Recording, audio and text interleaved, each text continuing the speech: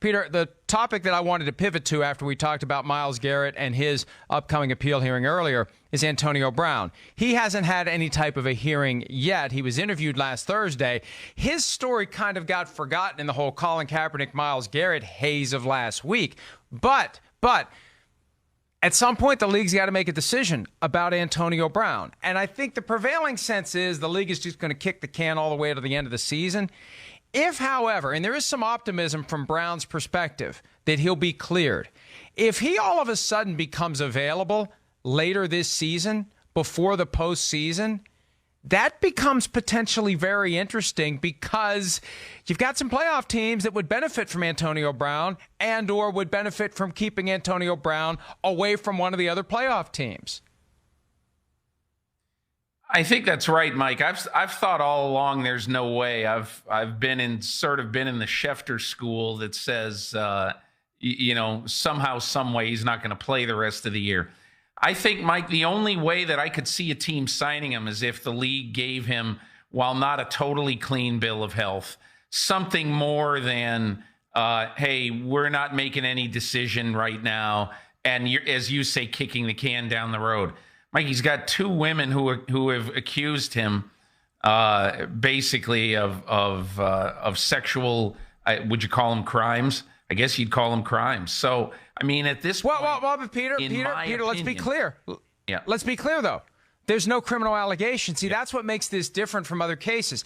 There's a civil allegation, and then there's just somebody who publicly made the complaint. It was to Robert Klemko, then of SI.com, that he did something that she didn't like. No one has ever accused him criminally, and I think that gives it a bit of a different vibe. I'm not saying it excuses anything, but we've seen the NFL in recent years push toward finding ways to let players get back on the field. Now, they may not be very happy with Antonio Brown, so maybe he's the exception. But maybe the path to clearing him is easier than it would be if there was a pending criminal proceeding. You could very well be right, Mike. I think the one thing about this case that is difficult for the NFL, what happens if right now they're in the middle of this investigation and they don't really know what to do yet? I mean, a lot of times what the NFL does, if they're in the middle of an investigation or if they're looking into something, the player plays. And so that's right now what I think is so difficult about this from the NFL's point of view, and why you hear these optimistic things coming out of Brown's camp, which I totally understand. I still think it would be hard for an NFL owner to stand up and say, we have a guy on our team and we're signing a guy and we're giving him a role on our team. We have a guy who's been accused of something pretty serious. And so that's why I think this is going to be a difficult thing. Now, Mike, you're an attorney, or you have been an attorney, obviously, so you understand that more than anybody that you're innocent until proven guilty and all that. I just think that the smoke around this story is going to be hard for teams to overcome.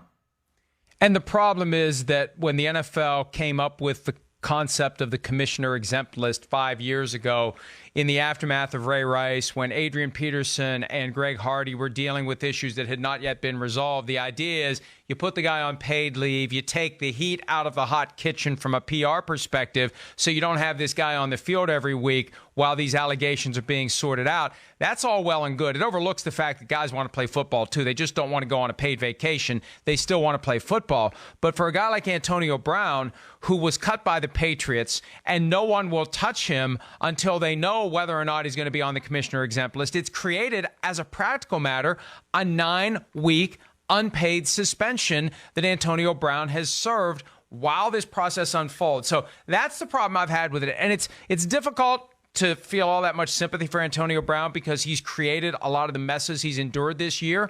But at the same time, the circumstance has conspired to affect him in a negative way because of the fact that no one's going to touch him if they don't know he's going to be on the commissioner exempt list.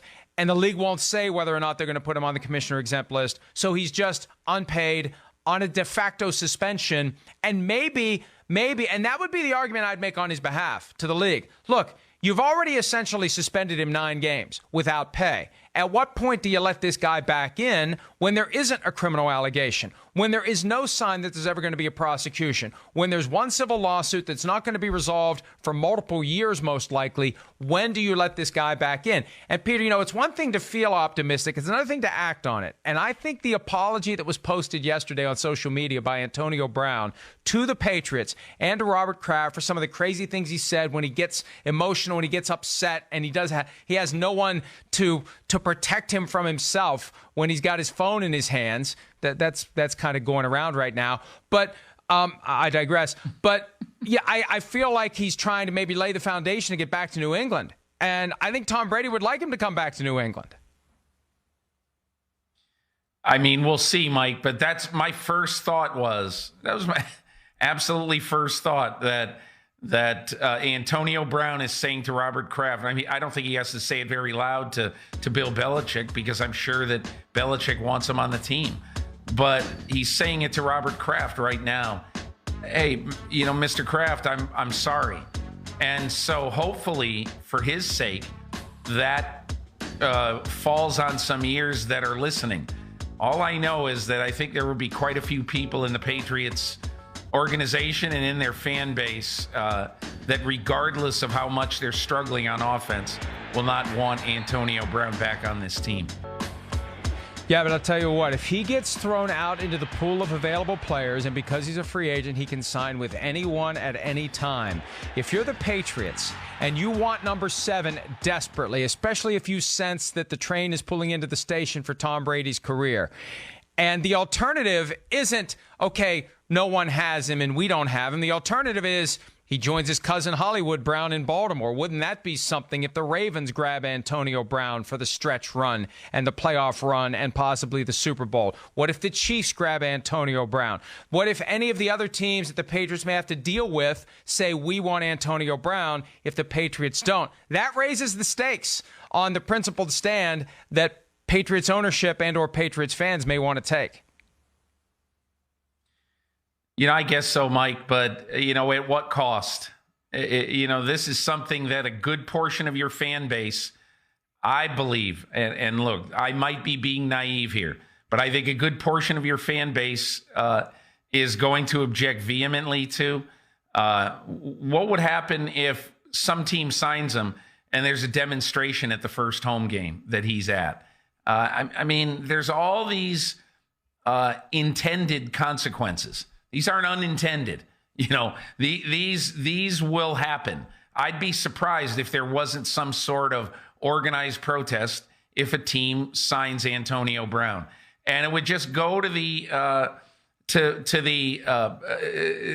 argument by a lot of people who love the NFL that it doesn't matter what you do off the field. The NFL can talk a good game, but it doesn't matter. And I understand he has not been convicted of anything. I get it. But the accusations are fairly serious. And I just think that a lot of people would protest if a team signs him. Two things. First, the NFL has vetted and will be vetting and is vetting these accusations. If they conclude ultimately that there's no basis for punishing Antonio Brown, that goes a long way toward addressing the concerns about the accusations. And secondly, I remember expecting rampant protests when Mike Vick came back to the NFL. Remember how uninspiring those protests were when Vick, who spent 2 years in prison for dogfighting and killing dogs deemed unfit to fight? We'll be back with more right after this. Hi, I'm Mike Tirico, and thanks for watching. Make sure to hit subscribe for the latest news and highlights from NBC Sports.